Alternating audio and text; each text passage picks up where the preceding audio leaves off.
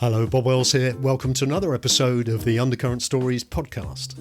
In this episode, we're joined by Dr. Alison Fragale, behavioural scientist, professor, and author of the groundbreaking book, Likeable Badass, or as it should be pronounced, as it's an American book, Likeable Badass. I hope that's better. Alison is here to share her expertise and what it takes to build respect, wield influence, and navigate the challenges of modern workplaces with confidence and authenticity. We'll discuss the fascinating psychology behind status, unpack the balance between warmth and competence, and learn why self-promotion isn't just important, it's essential. Plus, Alison offers practical exercises to help you negotiate better, advocate for yourself, and build meaningful relationships. Whether you're aiming to level up in your career, strengthen your personal brand, or simply understand the science of influence, this episode is packed with actionable insights. I hope you enjoy the show. What a great book. Thank you. I appreciate that. I really enjoyed it, and welcome to the show, Alison. Thank you. I'm happy to be here. I have to say, you live in Chicago, don't you? I do. And I'm in the UK, so we've got a 5-hour time difference. So it's 7 o'clock in Chicago. That's right. I've had the luxury of having 5 hours to have my breakfast, go on a run and get ready for this. And I have to say, I can't remember what page it was, but in your book, you talk about setting times that are for you rather than somebody else, which is great. And one of the times mentioned not to do was 7 o'clock on a Wednesday. So I would apologise, but after reading the book, I'm not going to apologise anymore. Oh my gosh, too funny. Yes, that's absolutely right. But I do make time for important things, and this is important. And I am a morning person, so I figured I'd much rather do it at 7 a.m. my time than 2 a.m. my time, at 8 a.m. your time. Oh, well, that's great. So here's the book, Likeable Badass. I can actually really recommend it. What I would say, I heard your interview with Mike Carruthers on the Something You Should Know podcast, which I found really interesting. And a bit about how women get the success they deserve, that's great. But it's equally useful for men as well, I think. It is. And this was a conversation that came up when I was conceptualizing the book and talking to people about it, particularly my agent and the publishers. And they did ask, why not write this for everybody? And I said, I want to write it for women because that's an audience that I care about. And it's an audience that I've spoken to, over many years. And it matters to me. But it is I think it's true because all the research in it is about status and power, which are things everybody cares about. And I have been privileged to have men read the book. And like you, many have said, I got a lot out of this, and it's very flattering. So I could have done it for everybody, but it was my audience. And I said, I'm writing it, so I get to write for anyone who I want. And they said, well, I guess that's true. So that's how it came to be. Oh, well, that's great. Well, there's lots to talk about in the book. But first of all, Alison, for the benefit of listeners, could you just tell listeners a bit about yourself, how you got into becoming a professor in behavioral science? Sure. I always joke that I don't know if I had a childhood dream, but it was not this. I did not grow up wanting to be a psychologist or a professor. The way I got into it was I started my career as a management consultant. I used to work for McKinsey, based in Chicago. And I got really fascinated by the people dynamics when you work in consulting because it's an interesting, unique job where no one really reports to you because you serve your clients. And interestingly, it's one of, I think, the few jobs where your clients really don't like you. They need you there, but they often are, they make movies about the consultants are coming. So it was an interesting job to be so dependent in this cooperative relationship with clients where they often didn't trust you, didn't like you, they saw you as representing bad change that was going to happen. And so it created these challenging people dynamics. And as I spent a lot of time trying to figure those out so that I could survive, I started reading and thinking about how do you do this systematically? And that's what brought me to the field that I've now spent the past 25 years in, which is organizational psychology. So what do we know about people that can help us work better? That's what organizational psychologists do. And so I left consulting. I got my PhD in social and organizational psychology. I became a professor. And I'm at the University of North Carolina in the business school. And so I've been teaching negotiation and influence for 20 plus years. And it's through that work that I got into working with women because negotiation and influence is an area where a lot of women felt like they struggled. And as I started to help them one-on-one with those concerns, I started to bring more behavioral science to women to think about how we can, live fully inside of work and outside of work. And that's how I got here. That's interesting. I'd like to go into some of the topics that the book covers because there's a lot in there. But first of all, the title, Likeable Badass. I mean, that is a really good title. Could you just explain what that is in a nutshell, please? Totally. So it's catchy. Most people like it, but it has a specific psychological meaning. The book, as we'll unpack, is about status. What is status? It's how much we are respected and regarded by other people. So how much people respect us. And when people make those judgments in their brain, they are paying attention to two things. And likable badass is my catchy reference to those two things. The first thing we pay attention to when we interact with another person is, what are their intentions toward us? Are they a friend or are they a foe? Are they going to help us or hurt us? We're very attuned to that. So that's the likable piece, which is just how warm, how other-oriented are you? And then the second thing we pay attention to is, can I rely on you? Are you good at what you do? Are you persistent? Are you dedicated? Are you competent? Can I trust that you'll follow through? And that's our, an assessment of our capability. And on the cover, I call it badass. But those two dimensions we see from a long history of social science, that those two dimensions are what the brain pays attention to when they decide, do I respect another person? So if we think another person cares about us and is good at what we do, that's the magic combo for us saying, I value that person. Well, that's it in a nutshell, clearly. Status is an interesting concept, isn't it? Because and as it says in the book, you've sort of, you've made a discovery, well, not a discovery, but you've outlined exactly what the word status means. But I think status means different things to different people. It certainly did to me. So, for example, I grew up thinking status, I thought high status, usually a guy, usually a fat cat sitting in a Rolls Royce or a Bentley with a big cigar, owns the local golf course. That's somebody with high status. But actually, it's not really that at all, is it? No. So that's a definition of status that we use, which is going to be this prestige or like an elite categorization. And another definition, if you look it up in the dictionary, is, being respected and regarded. Now, sometimes, right, it's possible that people chase what we call status symbols because they think that when they have those symbols, the world will respect them. So that's non-consciously what they're doing. If I have the cigar or the golf course or the handbag, the world will look at me and respect me. And sometimes that might be correct. But fundamentally, it's not about a thing that you carry. It's about a judgment that other people hold of you, which is, I value that person. And that means that we can build our status in all different kinds of ways, and that it's not, again, about what we are doing, but really about how our audience is valuing us. It's interesting. I left the corporate world a couple of years ago, and I was both in a management position and also had people that I reported to. And I was thinking, when I read the book, let me look back at all the managers that I respected over the years, and I had quite a few. And there were probably 3 or 4 that left an impression. And they were people who were likable. They took an interest in me and my career, but they were also very good at their job. I could actually see that looking back over a career. And you mentioned in the book about this sort of spectrum of warmth and cold and high status and low status. Can you just sort of elaborate on that, please, Alison? Yeah, so you're right. I mean, when we think about people we respect, generally we're going to find that almost all the time, oh, right, I did see those people as very warm. So that's what psychologists will talk about, this caring or likable dimension. And that it's not just warm or likable, but it could be honest, sincere, helpful, giving, all kinds of ways we show I care about you.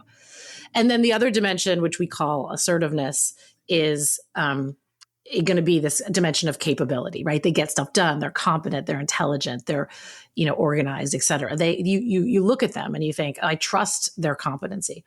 And so if you think the way it works in psychology, we put those together like an XY axis. So our capability is our Y axis and our warmth is our X axis. And so it creates these quadrants.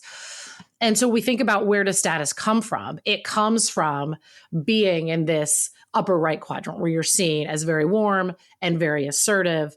And that's the beauty of that, is that it's where people want to be. When I show people that diagram and I say, you can be anywhere here you want, people can see you as any space in this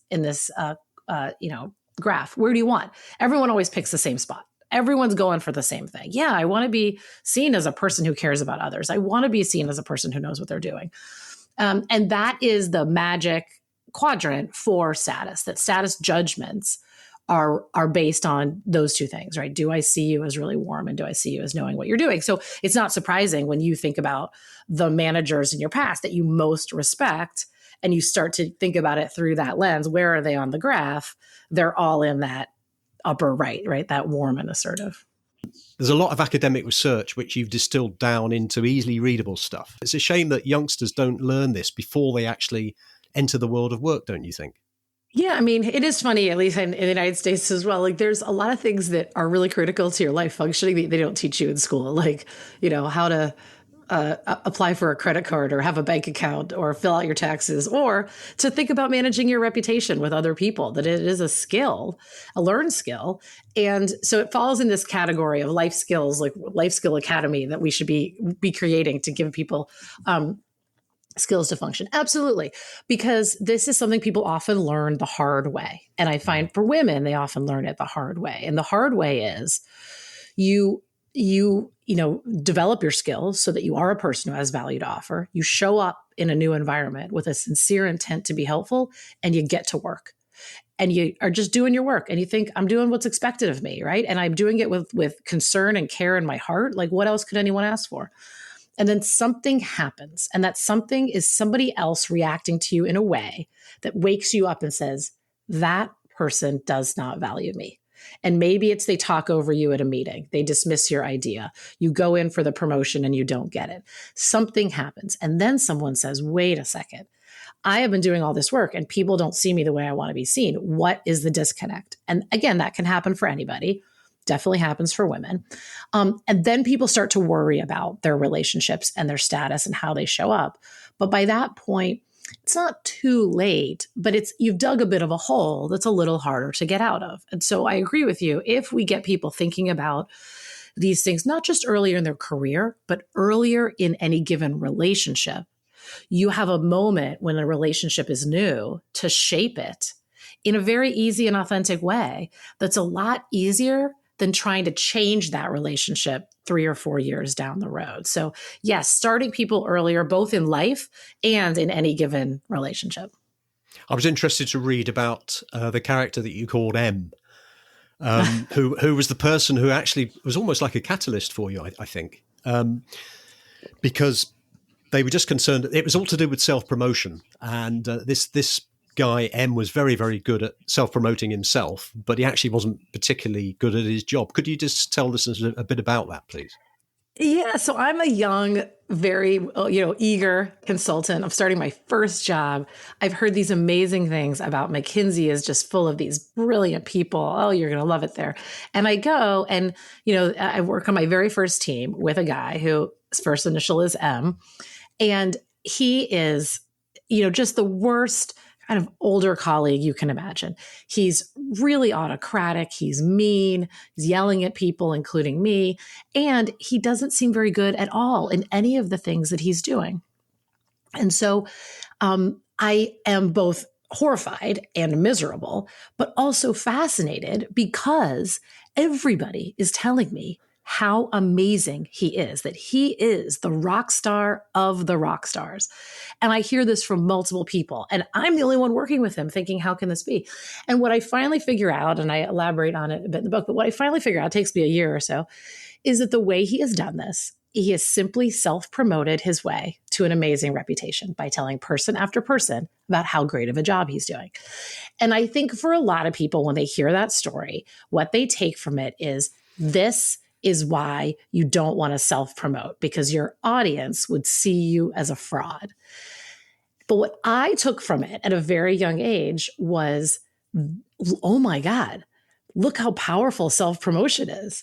Because if you can self-promote your way in a very competitive environment to having an amazing reputation when you have absolutely no skills to speak of, imagine how useful it would be if you actually had skills. And so rather than scare me off from self-promotion, it made me understand at an early stage of my career how it could be a very useful complement to doing the great work and making the great contributions.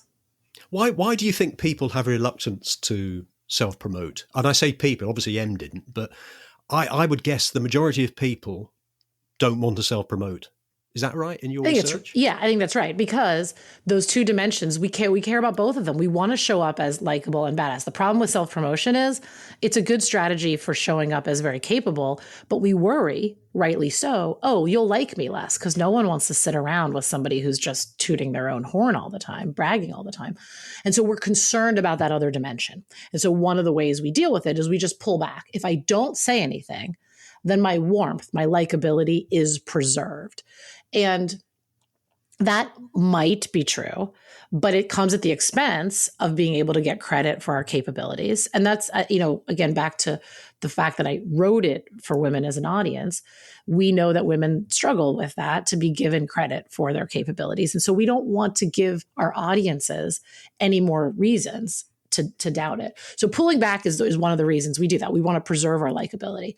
But the other thing that's interesting from the research about not self-promoting is that sometimes it actually doesn't even make us more likable, which is the whole goal. Like I'm keeping this from you so that you'll like me. But the research that I lay out, which when I read it, it made so much sense, is that when we have a good success to share with our audience and we choose to hold back out of a desire to be modest, when the audience eventually hears about our good news, which they will, because there's, everything is public these days, the first thing they think is not, oh my gosh, how modest that Alison didn't tell me. What they think is, why didn't she tell me? Am I not a good friend? Or maybe she thinks I can't be happy for her. She has such a low opinion of me that she thinks I'll be envious. And so what ends up happening sometimes is that our desire to hold back good news, things that promote us, our desire to do it to build our likability and warmth actually backfires. And so what I encourage people to do is try to go the other way, which is think about ways to put the good work you're doing out into the world to make people aware of it, but to do it with strategies that feel comfortable to you and that allow you to do it without hurting your likability or warmth. And there are many of those ways. And they're in the book. And the other thing connected with it is the reception of compliments. I mean, I find I do it myself. Somebody will say something, I'll be very self-effacing about it. Oh, it was nothing, and rather than someone saying thank you. But exactly. it's a difficult, I don't know why we do it. Is it because when we're young, we're almost sort of, oh, don't boast, and all that sort of thing, is it? I think sometimes we get those messages. I also think that it's uncomfortable to have attention turned on you. And you're trying to, like the same reason people don't like public speaking or singing on a stage. You're like, all the eyes are on me and I don't want that. So I'm just going to try to bat it away as quickly as I can. Also, this idea of trying to preserve the warmth. If I accept the compliment, am I agreeing that I'm amazing? Maybe it's more polite to downplay myself, to deprecate myself, to be modest. But modesty is good. It's not a bad characteristic. But when someone compliments you, as one of the Chris Littlefield, who I interviewed for this book, who does a lot of research on recognition and appreciation, he says a compliment is an opinion. So when someone is giving you their opinion, they are not interested in your opinion about their opinion. So they just want to tell you what they think. And so when you throw it back, you end up in the worst of all possible situations. Rejecting someone's gift, a compliment is a gift, is rude. So you're not warm.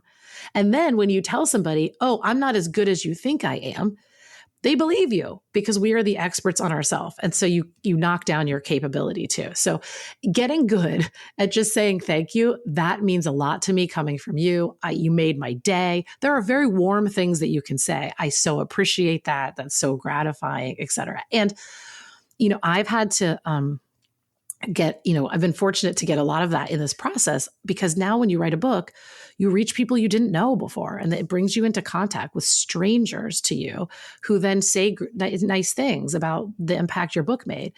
And it takes all of my self-control to, in those moments, say, thank you, I really appreciate it, because I feel so in a spotlight, so embarrassed, so not wanting to. I didn't do this so that you would write me and thank me, but I try to practice what I preach, and I just say, thank you, I really appreciate that.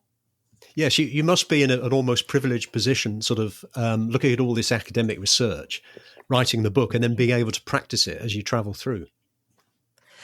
It does feel like a privilege, and that's how I came to do this work in the first place. Was as women would come talk to me about their challenges, I realized, oh, I've been doing something all along, which is, as a behavioral scientist, I had access to all this research, mine and other people's. And every time I would read a paper, I would not only think about the academic, the implications for the science, but also how could I use that in my life? And so I started collecting these science-based tips, and they would inform how I would show up. And so as I started to advise other women, I would say, oh, here's this great study I just read that, oh, when we hide our accomplishments, people don't like us as much. I'm like, oh, that's a good tidbit. I'm going to use that. So I do have the benefit of it. That said, I always tell people, just because I study these things for a living does not mean that I was born with a better set of habits than any other human being. So, I'm a serial apologizer. I have a very hard time accepting compliments. My biggest challenge is self-deprecating, like not just rejecting the compliment, but actively saying something that cuts myself down for no reason at all. These are things that people struggle with. I struggle with them too. And I say perfection's not our goal, but if we have some science, then we can at least be informed as we start to identify, what do I want to change? That we have confidence that changing those things does have a potential benefit or payoff. Hi, it's Bob here. Just a quick interlude. Hope you're enjoying this episode. And if you would like to hear more interesting interviews, we have over 100 episodes to date with many fascinating guests talking about a wide variety of topics, which include music, history, philosophy, fitness, food and drink, adventure, contemporary culture, and many, many more.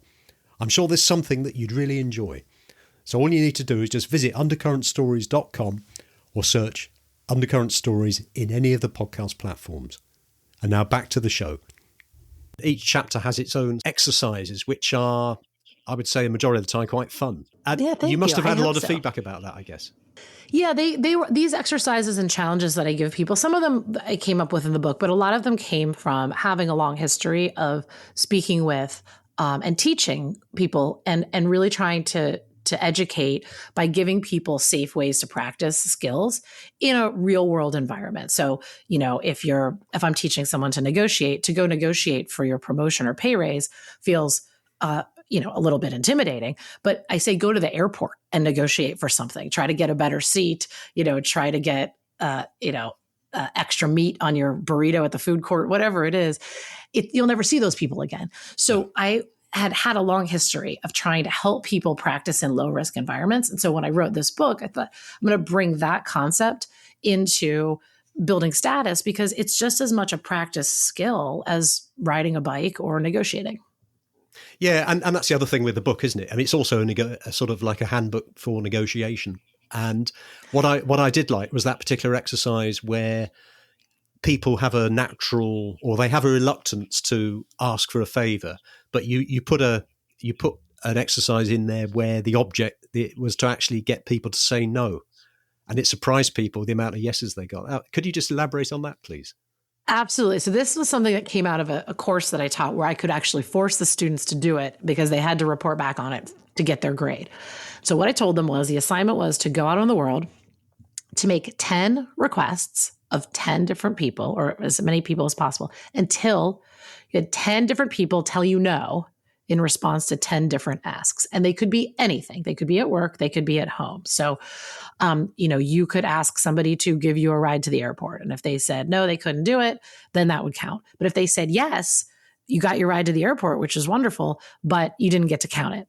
And so that's the collecting no's. So try to get 10 people to tell you no. And to make it challenging but doable, I always said it should be something that's physically possible for the person to say yes to, but you think there's less than 50% chance they'd say yes. So you kind of go in thinking you're going to get a no. And what the typical thing that happens for people is that they get way more yeses. Everyone says, when I give it to them, they're like, I'll be done with this assignment by lunchtime. You have no idea how many people tell me no on a daily basis. But when they start pushing, they start getting a lot more yeses than they anticipate. And the purpose of it is to help people figure out where in their life the line is between a yes and a no. Because a lot of times we don't ask for things if we don't think we're going to get them. But if we have assumed the line is closer in than it is, we are failing to advocate for ourselves in ways that could really bring us a lot of value. As we are recording this, in the United States, there's a Women at Work podcast that HBR runs, and we're doing this collecting no's challenge. All right. And the woman who's the co-host, Amy Gallo, has reported to me and has posted on social media, so I don't think it's a secret. She's also completing it while we are running this as part of this ongoing experiment. And as of when she wrote and posted, I think yesterday, she has not gotten a single no. So she is failing her assignment to get to 10 no's because she keeps getting yeses, which is a beautiful thing, right? Because we start to realize a variety of things. One, sometimes we shortchange ourselves. Two, people want to help other people. I always everyone's just like you. If someone asks you for something, you would like to do it if you can. You do say no sometimes, but your intent is to be helpful. And so people could start to realize, one, it feels in that relationship of exchange, it feels good both ways, right? To be the helper, to be helped, and we can start adding a lot of value to each other's lives. So that's how it came about. But most people get a lot more yeses. Yeah. And one of the other examples I can give of academic research that almost startled me was the story about the company that was going to send a pretty dull grey questionnaire to people to fill in. And there were three different options. I think one was, please do it. Another one was, we'll give you $50 if you do it. Another one actually came with $1. And I think it was a 40% increase or something in the ones that had the dollar. Could you just explain why that was? So, this is, I cite this study quite a lot where, this is a negotiation of sorts, but it doesn't sound that way. You have an industry group and they have members, companies, and they want to put a survey in the mail and they want their companies to fill it out and send it back. So even though you wouldn't call that a negotiation, it is. I have something I want from you. What is it going to take for you to do the thing I want? So they mail the surveys. And they studied all different kinds of things they could do to increase response rate, get more people to mail this survey back. And they started with a decent response rate. If they just sent the surveys, they had about 20% of their members participating, which was great for these kind of things. But they said, how do we make it better? And so thinking about the idea of reciprocity, if I do something for you, are you more likely to do something for me? So there were two different versions of reciprocity. One was, as you said, I'll send you the survey and I tell you, if you send it back to me, I will give you $50 US, which is considered to be a reasonable payment for the effort at the time. But when they did that, there was only a trivial change in the response rate, maybe from 20% to 23%. But then they had a different version of reciprocity, which we've seen in a lot of company marketing, which is they sent the survey, and with the survey was the dollar bill. And whether the person sent the survey back or not, the dollar bill was theirs. There was no practical way you couldn't return the dollar bill. It was yours. And what they found in that case was they had the greatest response rate, about 40%, for the lowest financial output. And I use that as what I call a small deposit of what are little bits of value that we can add to other people's lives without any guaranteed expectation of return. Because if you see that, 60% of the members took the dollar and did not return the survey, okay? They just took it and they let it be. But they got more reciprocity for a smaller effort. So generally speaking, we don't go around handing dollar bills to people, but we do a lot of things that are kind that and that add value with no guarantee that anybody will ever return the favor, but a lot of people do. So I encourage people to look for short, simple, easy things they can do. And one of them, and my favorite, which I elaborate on, is the idea of making an introduction. So, and here's an example, right? You host this podcast, you might be looking for the next great guest. Well, I know people that you don't know because I have a different network, right? I sit here in the United States. And so I might be able to say, hey, Bob, based on what you're doing, I know somebody you don't know yet. They're fantastic. Would you like me to introduce you?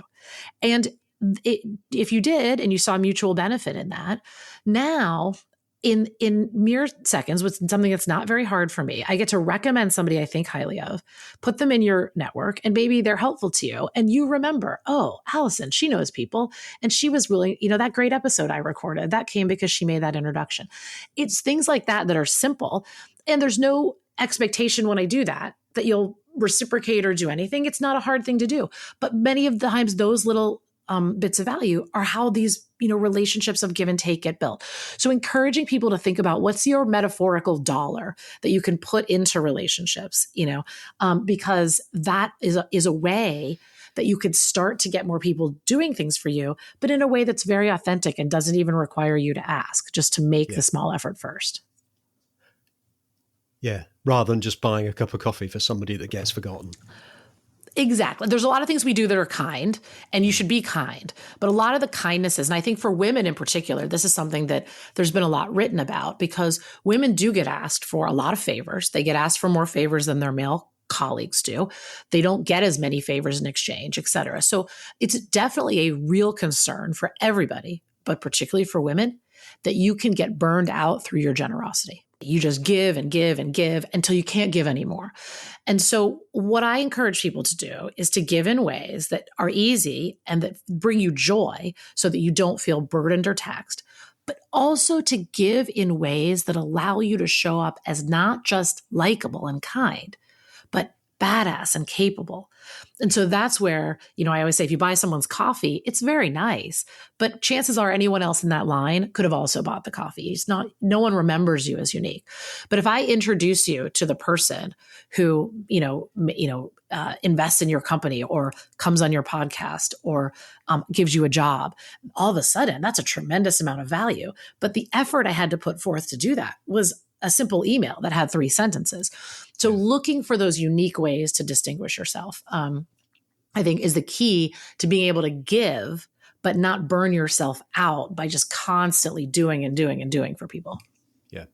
Now, there is a serious note to the book, and I can see why you second titled it How Women Get the Success They Deserve. Some of the statistics of women with their pay, and ability to get promoted. And as you mentioned a bit earlier on, women tend to get sort of given a lot of tasks, which men wouldn't. As a bloke, as a man in the UK, we sort of think, oh yeah, we've got equal pay and all this sort of thing. But it's amazing that this is still going on. Yeah, I mean, if we look at the stats on the 2 metrics we spend the most time thinking about and measuring, which would be pay and representation. So, how many women and men do we have at equivalent ranks in a given organization? Women still lag men, and the numbers year over year don't get don't improve the way you think they should, given all the other stats, right? Women now hold more of the advanced degrees than men do. Women are consistently rated as good or better leaders. So you can't find any underlying reason, right, why we're not moving these numbers more effectively. And depending on which source you look at, the number of years it's going to take to achieve pay parity between men and women is easily over 100. Some of them measure it into the 200s of years, beyond the lifetime of anyone who's listening to this right now, and most likely beyond the lifetime of your children. So those challenges exist. And what I try to, help people do is a couple things. One is to recognize that if you've encountered these challenges, that it is a systemic issue with what I talk about is status that is ascribed to women, because all other things being equal, when you walk into a room, a woman is not granted as much respect as a man in their audience's non-conscious brain. So I say this isn't your fault, but it also is there are a lot of problems that aren't our fault, that we still have a lot of ability to control our destiny. And I don't know if I don't make this analogy in the book, but I talk about it a lot this way. Like, if you had a medical diagnosis, maybe it's something you inherited, and you'd say, that's not my fault. That's just some really bad genetic luck, and I don't deserve it. And you don't. But you also have a lot of things you can do when you know about it to live your life as best you can and fully, even though it might mean that you need to take some actions that your neighbor doesn't take, right? Who was born with, the perfect heart and the fast metabolism, and they can do whatever they want, and they seem to just get healthier and healthier. And you don't get that opportunity. You have to take some precautions. But with those precautions, you can still have a very happy, satisfying life. And I think that analogy for women is apt, which is there are things you inherit by gender that are not your fault, but when you take some action, you can live fully and just as joyfully as anybody else once you start to recognize, here's the accommodations I can make. And so none of that is fair, in the same way that getting a medical diagnosis or inheriting something like a disease is not fair. Yeah, that was it. It was interesting just looking at the statistics there. Negotiation, going back to negotiation, one of the, I wouldn't say surprise, because I used to do a lot of negotiation myself, but a lot of people have a perception or a belief that when you negotiate, you wait for the other party to talk first. So, if you go in to buy a car, you see a price, say you want a better deal, what can they do? Wait for them. But actually, the reverse is certainly some of the stuff that you wrote in regard to that, with some of the academic studies would suggest the reverse is true. Ask It first. is. So of all the science, negotiation science that I teach people, this one finding is the one that most people, it contradicts most people's intuition. Most people have been raised with this belief, she who talks first loses, that you want to have the other person talk, and particularly to see what they're going to offer first. What we see in the science is that is not true. The person who makes the first proposal, not just speaks first, but who makes the first offer. How about if we do it this way? That person, when it's all said and done, tends to get a better deal. It's better to move first than to move second. Why? The psychology is a phenomenon that people, might have seen other places, called anchoring, which is when we're presented with an idea, it's sticky, and we don't adjust or pull away from it as much as we should. So if someone says to you, if you're bargaining somewhere for, buying a teacup in a market, and the person says, I'll sell you this teacup for $5, and you were going to offer 25 cents, and you'd say, well, I can't offer 25 cents now because now that's going to seem ridiculous. So maybe I'll offer $2 or $3. And so because the person has gone first, you have in your own mind adjusted your offering up. Whereas if you had gone first, the opposite could have happened, right? I offer 25 cents and the shop person says, okay, there's no way I'm going to get them to pay $5 now. Let me see if I can get $2 or $3 out of them. So by moving first, we often shape other people's perceptions of what's possible, and they start to negotiate with themselves. They don't just say yes, but when they do offer something to us, they've already moved a little bit in their own mind in a way that helps us. So it doesn't mean that you always have to go first, but more times than not, when people are sitting back to go second, what ends up happening is they get anchored. The other person says something and your mind says, all right, let me see if I can just get them to give me a little more than that. Give me 10% more, give me 20% more. And if I do, I'll be happy. And when that happens, they've anchored you. So moving first is not something we should necessarily be scared of, provided we know what we want. And I always say to people, if you don't know what you want, then you're probably in very dangerous territory having that conversation to begin with. Better to pause, figure out what's good for you, what you want, and then go in with a proposal than sit back and say, let me see what this other person will give me. And going back to the book, how's the book going? It has been great. So it came out in September, and it is extremely busy in the best possible way because it brings me into contact with people like you who are putting out great content to spread behavioral science to the world. I'm getting individual women who are writing me. I'm trying to keep up with email and I try to respond to everybody. And I'm like, that's been challenging.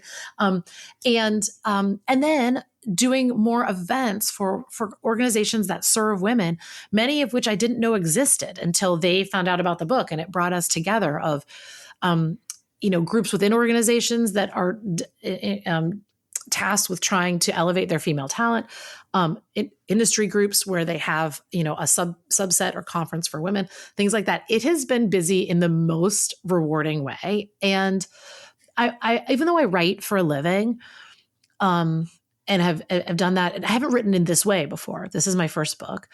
And there is just a very vulnerable spot where you're sitting like in a room by yourself, putting words into a page, and you're like, is anyone ever going to see this? And is it going to resonate with people? And when people give you that feedback and say, this is what I needed, this resonated, it's both extremely meaningful and also incredibly surprising. You're like, oh, it did the thing it was supposed to do. Okay, I guess that was good. So it's been great. It's still, at this point when we're talking, I'm like 2 months into it, and it's kept me really, really busy in the best possible way.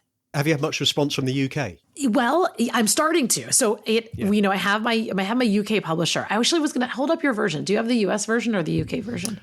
Do I have PhD on the cover? I personally think, it came within a couple of days of you sending it, so I'd assume that it had come from the UK. But I don't know if it's... Look up, I can't see my name. Does my name have PhD at the end of it or not? No. It does not. Okay, that's the UK version. Okay. Okay. So the answer, so I'll tell you. So the answer is the distribution in the UK and then Australia and everything was after. I'm just starting now to put more, trying to schedule UK events and things like this, which is amazing to me because the UK is my happy place. So I have dreams that one day I will live there. I will have a second home there. Oh my gosh, 100%. I mean, I did a semester at London School of Economics when I was in college and just fell in love with the entire area. And I have wanted to come back ever since. And one of the reasons I didn't come back upon graduation was at the time, I think now with the Channel, this is no longer the case, but at the time I had a dog, and the rules and regulations for bringing a dog from a country like the United States into the UK were very onerous, that the dog had to be in quarantine for a really long period of time. I think, if I understand correctly, this is no longer the case because now animals travel more freely through all different kinds of means. But at the time, that was a big enough impediment that I couldn't look for jobs because I wasn't going to put my dog in a quarantine for 6 months. But had that not been the case, I think I might live there. I think I might live there now. It's been amazing. The one thing I said about the PhD on the book, like this is an interesting, I'll tell you the story in terms of thinking about how to convey your capability. When we were deciding on the US version, one of the things that my editor really wanted to do was to put science, the word science, in the subtitle because Likeable Badass was such a playful title that they didn't want to convey that they wanted to convey it was a science-based book. And they said we could put science in the title. As we started to look at the title, we couldn't figure out an artful way to get science in the title. And at that point I said, I don't typically like to use either doctor or PhD to title myself. It just doesn't feel comfortable to me, back to this idea of hiding accomplishments. And I don't tend to not do that. But what if we put PhD after my name?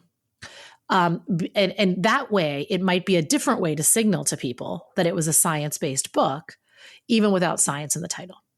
And they're like, yeah, that could work. And so even though it wasn't my natural tendency, I realized that when people are scanning a book, like in an airport or a bookstore, they're trying to judge a lot of things, including the credibility of the author as they're walking. And so this might be a way, even though it wasn't something I loved, to be able to signal that I had science to offer. Yeah. When the UK version came, they said, we don't put PhD on the title. The publisher said it, but we can put doctor instead. And I said, I draw the line at doctor. I said, now people are going to want medical advice from me, which I am unqualified to give. So I said, in the UK, it will just have my name. So again, back to the idea of thinking about ways to signal capability, but only doing it within a way that you're comfortable. And I said, doctor was too far for me. I said, that I'm not doing. And they said, not a problem. But thinking about how you can sort of use those channels to be able to convey the things you want to convey. Yeah, well, I'm pleased to hear it's going really well. What's next? That's a great question. People always say, are you going to write another book? And I said, I have 3 kids, but it's a little bit like being asked in the delivery room if you're going to have another kid. You're like, I'm not opposed to it, but like today's not the day I can answer it. No. So I have loved this process greatly. Right now, I'm very much fully scheduled with spreading the word and the messages in this book, and also putting out content outside of the book, which I have done and will continue to do. So I'm on LinkedIn. That's often how people found me, was I post content for women. I have a free newsletter called The Upper Hand on Substack, where I put out, content for women. So it's definitely the case that my future is continuing to use behavioral science to help women excel, and to do that in different formats, to do it maybe in book form again, to do it in resources that people can access for free, and to do it by being a guest on the world's most amazing podcasts. I joke with people that the only thing better than having a second home is having friends with a second home. And I said, the thing that's much better than having a podcast is having brilliant people in your network with podcasts, so that you can share these ideas that you care about without all the tremendous work that I know goes in behind the scenes to make this kind of show happen. And so I feel like I'm just a person surfing on other people's couches from one house to the next. But it's been amazing. So what I really like to do is put this kind of content out there for women to reach new audiences of women. So that's what's going to be next. Yeah. In what form, I don't know. Well, it's been a really great conversation, Alison. Where can people reach you? Yeah, LinkedIn's a great spot. I have a website. It's AlisonFragale.com. And that's a great one-stop shop. It has the book. You can sign up for my newsletter. You can click buttons to follow me on Instagram or LinkedIn. You can learn about my speaking. You can send me a message. So AlisonFragale.com is a great spot. And then, newsletter, social, those are ways that you can keep up with content for free. Well, Alison, we'll put all that on the show notes when it comes out. So thank you ever so much for being a guest. You are amazing. Thank you for having me. You have been listening to Undercurrent Stories. I hope you've enjoyed this episode. Please feel free to share the show link to your friends and family, and if you have 60 seconds, I will be most grateful if you would please rate and review. To hear more episodes, please subscribe to the show and visit undercurrentstories.com. If you leave your email in the link, we will notify you as soon as new episodes are released. Also, check out our social media links, details of which can be found on the show notes.